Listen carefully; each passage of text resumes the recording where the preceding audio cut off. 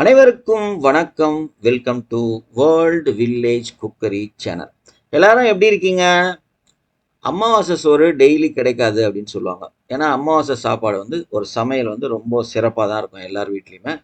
அதுலேயும் ரொம்ப சிறப்பான அமாவாசைன்னு பார்த்தீங்கன்னா 3 அமாவாசை சொல்லுவாங்க. மகாலய அமாவாசை, தை அமாவாசை, ஆடி அமாவாசை. நாம் ஆடி அமாவாசைக்கு வீட்டில் என்னென்னலாம் சமைச்சு நம்மளோட முன்னோர்களுக்கு படைச்சி அந்த சமையலுக்கு என்னென்னலாம் எப்படிலாம் ப்ரிப்பேர் பண்ணணும் அதுதான் நம்ம இன்னைக்கு இந்த வீடியோவில் பார்க்க போகிறோம்.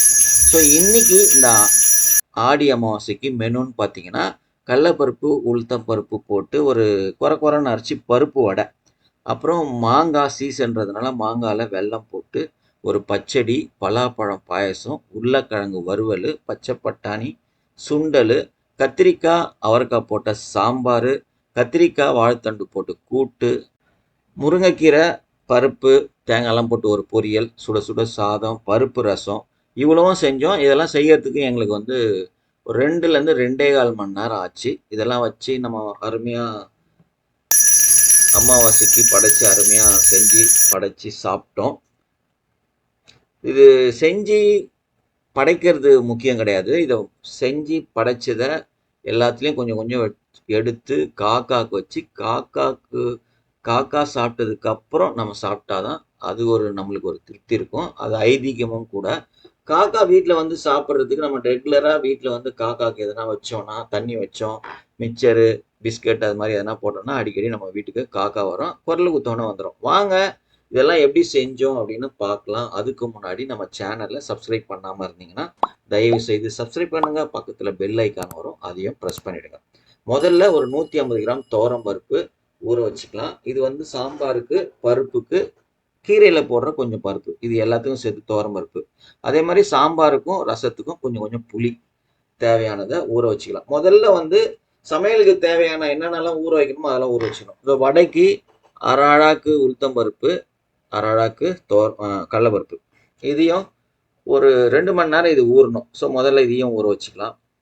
அதே மாதிரி பார்த்தீங்கன்னா அரிசி 1 அழாக்கு அரிசி போட்டு அதையும் ஒரு அரை மணி நேரம் 3/4 மணி நேரத்துக்கு முன்னாடி ஊற வச்சுட்டு நம்ம சமைச்சோன்னா கொஞ்சம் ஈஸியாக வெந்துடும், டைம் சேவ் ஆகும். இது பட்டாணி சுண்டலுக்காக நேற்று நைட்டே நாங்கள் ஊற வச்சிட்டோம். பச்சை பட்டாணி சீசன் இல்லைல்ல இது. இப்போ நம்ம சாம்பார் முதல்ல ப்ரிப்பேர் பண்ண போகிறோம். அதுக்கு பருப்பு வேக வைக்க போகிறோம். ஸோ ஊற வச்ச பருப்பில் அரை ஸ்பூன் மஞ்சத்தூள், கொஞ்சம் சின்ன கட்டி பெருங்காயம், கொஞ்சம் எண்ணெய் ஊற்றிட்டு 3 உருளைக்கிழங்கு தோலோடு வச்சு அதையும் சேர்த்து வேக வைக்க போகிறேன். அதே மாதிரி ஊற வச்சுருக்கோம்ல பட்டாணி, அதையும் சேர்த்துட்டு 3த்தையும் ஒன்றா வேக வச்சிடலாம். ஸோ ஒரே கல்லில் 3 மாங்காய், ஒரு 4 விசில் வச்சோன்னா கரெக்டாக இருக்கும். ஸோ நம்ம ஊற வைக்க வேண்டியதை ஊற வச்சிட்டோம். வேக வைக்கிறதுக்கு சாம்பாருக்கு முதல்ல வேக வைக்கிறோம். அது வேகிற நேரத்தில் நம்ம என்னென்னலாம் காய் வாங்கியிருக்கோம், என்ன செய்ய போகிறோமோ அந்த காய், வெங்காயம், தக்காளி இதெல்லாம் நம்ம கட் பண்ணி ரெடி பண்ணிக்கணும். ஸோ சாம்பார் முதல்ல வைக்க போகிறோம்னா முதல்ல சாம்பார் காயை கட் பண்ணி அதுக்கு தேவையான வெங்காயம், தக்காளி, பச்சை மிளகாய் அதெல்லாம் என்னென்ன தேவையோ அதெல்லாம் ரெடி பண்ணிகிட்டே இருக்கணும். ஸோ ஒரு வேலை செஞ்சுனே இருக்கும்போது இன்னொரு வேலையை மாற்றி மாற்றி செஞ்சோன்னா கொஞ்சம் சீக்கிரமாக. இப்போ நம்ம இன்னைக்கு ஒரு 10 ஐட்டம் செஞ்சோம், அது செய்யறதுக்கு ஒரு 2 மணி நேரம்னா அதெல்லாம் ரெடி பண்ணால் தான் கரெக்டாக இருக்கும். ஸோ ஒரு 4 விசில் வந்துட்டு ஆஃப் பண்ணிவிட்டு ப்ரெஷர்லாம் போனதுக்கப்புறம் இப்போ ஓப்பன் பண்ணி பார்த்தா எல்லாமே சூப்பராக வெந்திருக்கு. பட்டாணி நல்லா வந்துடுச்சு, உருளைக்கிழங்கு வந்துடுச்சு, பருப்பு நல்லா மசிய வந்துடுச்சு. இப்போ உருளைக்கிழங்கு தனியாக எடுத்து வச்சுருவோம். அதில்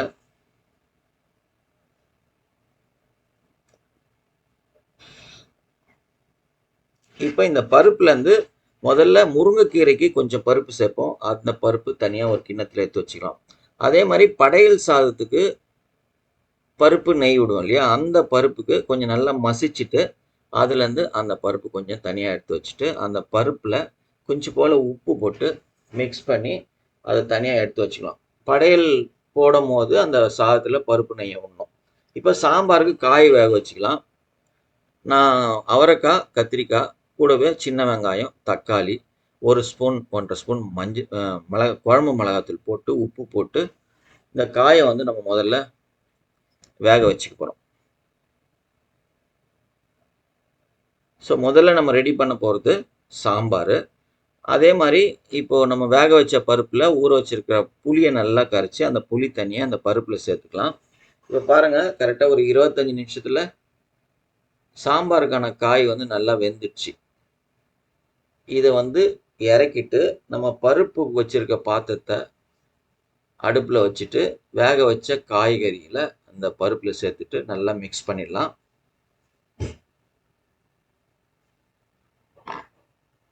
மிக்ஸ் பண்ணிவிட்டு கொஞ்சம் ஒரு 2 நிமிஷம் கொதிக்க விடணும். கிட்டத்தட்ட சாம்பார் ரெடி ஆக போகுது. இது கொதிக்கிற நேரத்தில் நம்ம இந்த ரசத்துக்கு ஊற வச்சிருக்க புளியில் 2 தக்காளி, கொஞ்சம் பருப்பு தண்ணி சேர்த்துட்டு உப்பு சேர்த்துட்டு நல்லா கரைச்சிக்கலாம். நல்லா கையாலேயே கரைச்சிக்கணும். கையால் வந்து நீங்கள் கரைச்சிங்கன்னா ரசம் வந்து சூப்பராக இருக்கும்.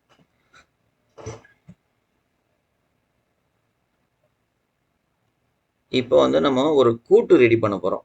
வாழைத்தண்டு கத்திரிக்காய் கூட்டு. அதுக்கு ஒரு 50 கிராம் சிறுபருப்பு நல்லா அலசிட்டு அதில் ஒரு வெங்காயம், ஒரு தக்காளி, பச்சை மிளகாய், அப்புறம் பொடியாக கட் பண்ணியிருக்கிற வாழைத்தண்டு கத்திரிக்காய், இது எல்லாத்தையும் போட்டு ஒரு 1/2 ஸ்பூன் மஞ்சத்தூள் போட்டு இதை நம்ம வேக வைக்க போகிறோம்.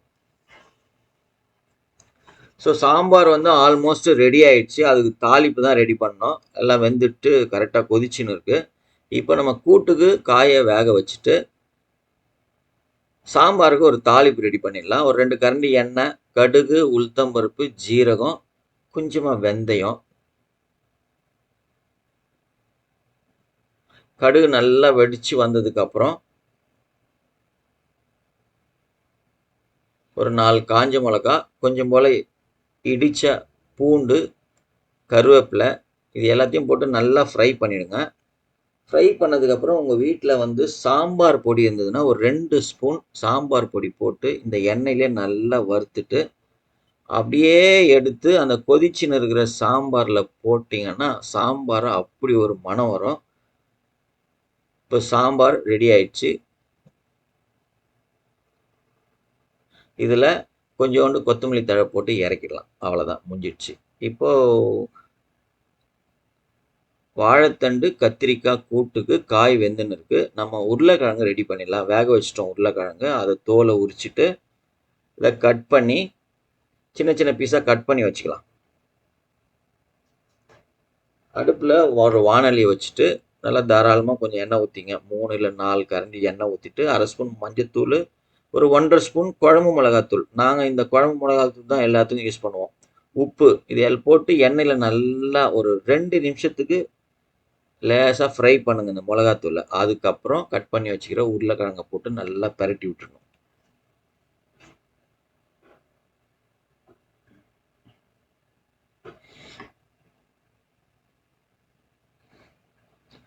உருளைக்கிழங்குல இந்த மசாலாலாம் ஃபுல்லாக எல்லாம் நல்லா படுற மாதிரி நல்லா மெதுவாக, உருளைக்கிழங்கு உடையக்கூடாது, நல்லா பரட்டி விட்டுட்டு சிம்மில் வச்சுடுங்க.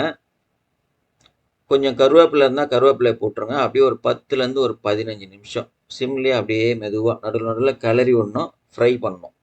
அப்படியே ஒரு கோல்டன் ப்ரௌன் கலரில் வரணும், அது வரைக்கும் நல்லா ஃப்ரை பண்ணணும். ஸோ 10 நிமிஷம் அப்படியே விட்டுருங்க.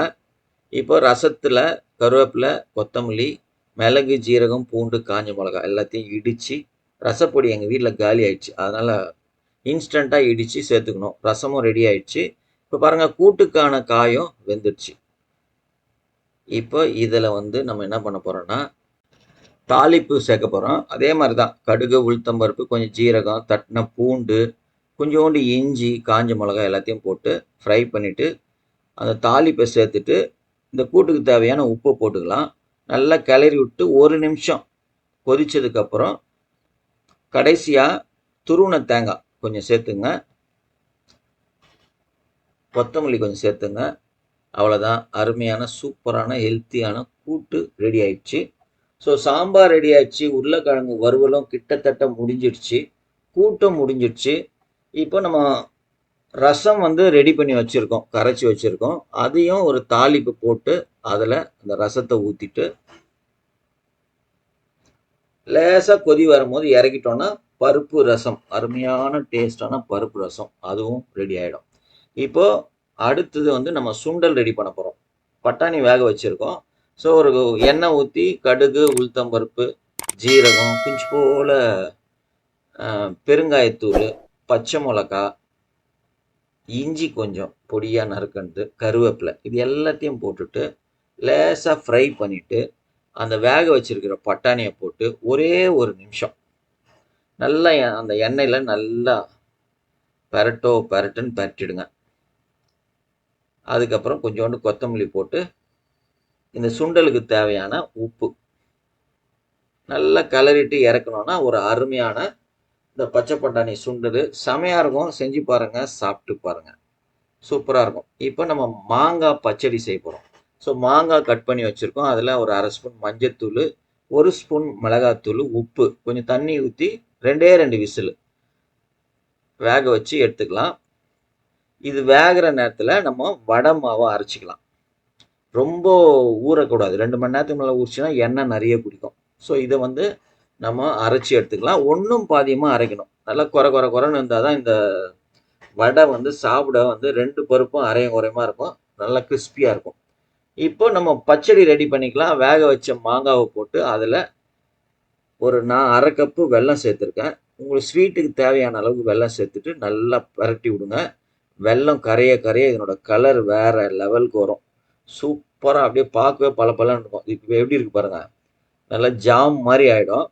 இதுலேயும் ஒரு தாளிப்பு, கடுகு, உளுத்தம் பருப்பு, காஞ்ச மிளகா, கருவேப்பிலை போட்டு அந்த தாளிப்பை போட்டு ஒரு கிளறிட்டு இறக்குனீங்கன்னா ஒரு அருமையான, ரொம்ப சிம்பிள் ஆனால் செம்ம டேஸ்ட்டு. இன்னைக்கு செஞ்சதுலேயே ஹைலைட்டாக இருந்ததுன்னு பார்த்தீங்கன்னா 2 பலாப்பழ பாயசமும் இந்த மாங்காய் பச்சடியும் தான். ஸோ நம்ம பலாப்பழம் ஒரு 1/4 கிலோ பலாப்பழம், நல்லா டேஸ்டான பலாப்பழம் வாங்கி வச்சுருக்கேன். அதை சின்ன சின்னதாக கட் பண்ணிவிட்டு இதையும் மூடி 2 விசில் வேக வச்சு எடுத்துக்கணும். இப்போ நம்ம முருங்கைக்கீரை செய்ய போகிறோம். அதுக்கு 2 கரண்டி எண்ணெய், கடுகு, உளுத்தம் பருப்பு, ஜீரகம்,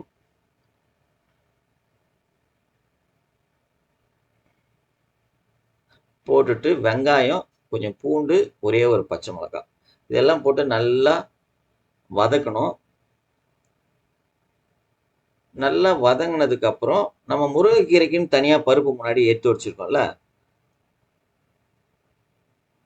அந்த பருப்பை இதில் சேர்த்துக்கணும். சேர்த்துட்டு கொஞ்சம் போல தண்ணி ஊற்றிட்டு நல்லா கிளறிடுங்க. நல்லா மிக்ஸ் பண்ணிவிட்டு தண்ணி ஓரளவுக்கு குறைஞ்சதுக்கப்புறம் எவ்வளோ கீரை, முருங்கைக்கீரை க்ளீன் பண்ணி வச்சிருக்க கீரையை அதில் சேர்த்துட்டு கொஞ்சம் உப்பு போட்டு அப்படியே மூடி வச்சுருங்க.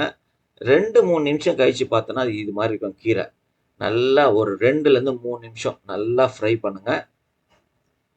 இதை கூட்டுன்னு சொல்லலாம், பொரியல்னு சொல்லலாம். அப்புறம் துருவின தேங்காய் சேர்த்துட்டு நல்லா ஒரு ஃப்ரை பண்ணி கொஞ்சம் ட்ரை ஆனதுக்கப்புறம் இறக்குனீங்கன்னா ஒரு அருமையான முருங்கைக்கீரை பொரியல் ரெடி. இப்போ நம்ம பலாப்பழம் வேக வச்சுருக்கோம்ல, அதை வந்து மிக்ஸி ஜாரில் போட்டு அதை நைஸாக அரைச்சி எடுத்துக்கலாம். இப்போ அரைச்ச வடை மாவில் உப்பு, வெங்காயம், பொடியாக நறுக்கின வெங்காயம், கொத்தமல்லி, இது எல்லாத்தையும் சேர்த்து மிக்ஸ் பண்ணி வடை மாவையும் ரெடி பண்ணிவிட்டு வடையும் சுட ஆரம்பிச்சிடலாம். ஸோ கடைசியாக நம்ம வடை பாயசம் தான் பேலன்ஸ் இருக்குது. மற்ற எல்லாமே இப்போ ரெடி பண்ணிட்டோம். இப்போ நான் 1 கப்பு வெல்லம் எடுத்துருக்கேன். ஸோ பலாப்பழத்தில் ஸ்வீட் எந்த அளவு இருக்கோ அதுக்கேற்ற மாதிரி நீங்கள் ஸ்வீட் சேர்த்துக்கணும். இப்போ நான் 1 கப்பு வெல்லத்தை ஒரு பாத்திரத்தில் போட்டு 1/2 கப்பு தண்ணி ஊற்றி நல்லா கொதிக்க வச்சுட்டு அந்த பாகை வந்து நல்லா வடிகட்டி எடுத்துக்க போகிறேன்.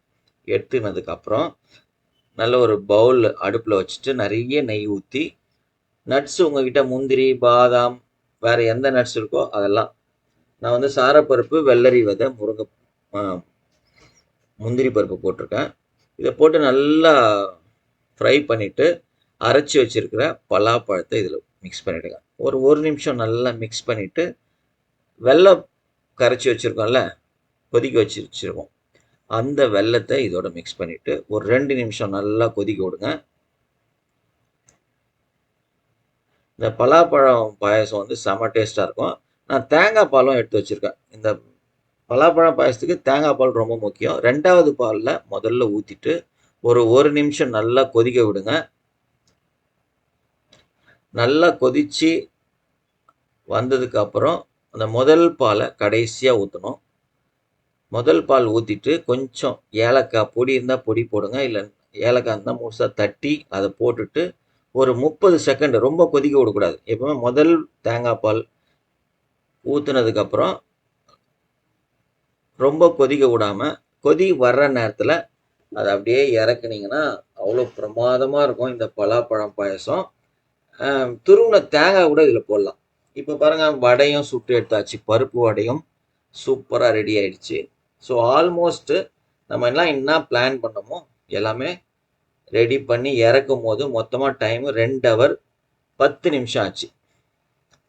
ஸோ நம்ம கரெக்டாக பிளான் பண்ணி செஞ்சோம்னா எல்லா ஐட்டத்தையும் ரொம்ப பிரமாதமாக வித் அந்த டைமுக்குள்ளே கரெக்டாக செஞ்சிடலாம். இந்த டைம்ன்றது வந்து ஊற வச்ச டைம் இல்லாமல் அதுக்கப்புறம் ஆரம்பித்து 2 மணி நேரத்தில் நம்ம முடிச்சிருக்கோம்.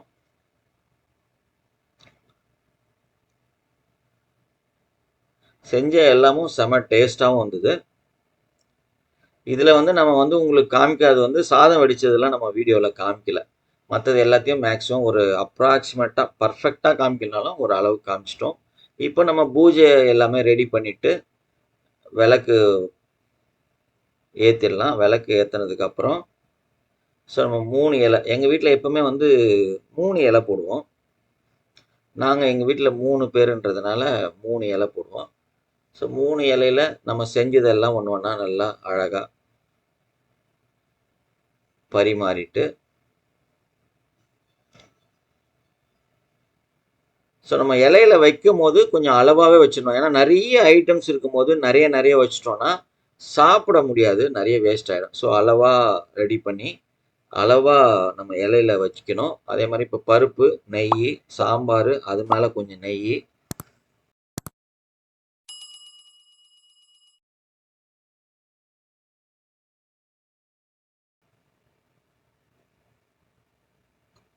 இப்போ பூஜைக்கு பத்தியும் கொளுத்தியாச்சு. அதுக்கப்புறம் கற்பூரம் வச்சு தீபார்த்தனை காமிக்க வேண்டியதுதான்.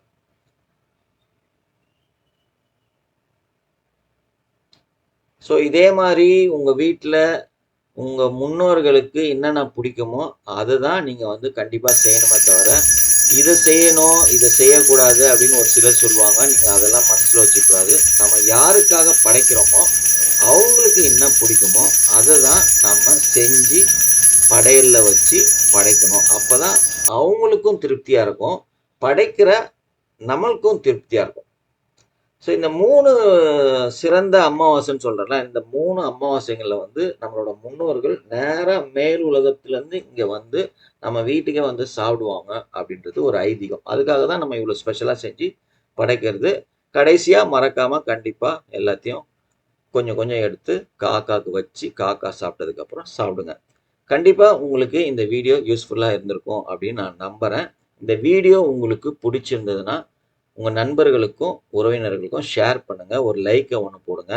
முக்கியமாக நம்ம சேனலை சப்ஸ்கிரைப் பண்ணாமல் இருந்தீங்கன்னா தயவுசெய்து சப்ஸ்கிரைப் பண்ணுங்கள். பக்கத்தில் பெல் ஐக்கான் வரும், அதையும் ப்ரெஸ் பண்ணுங்கள்.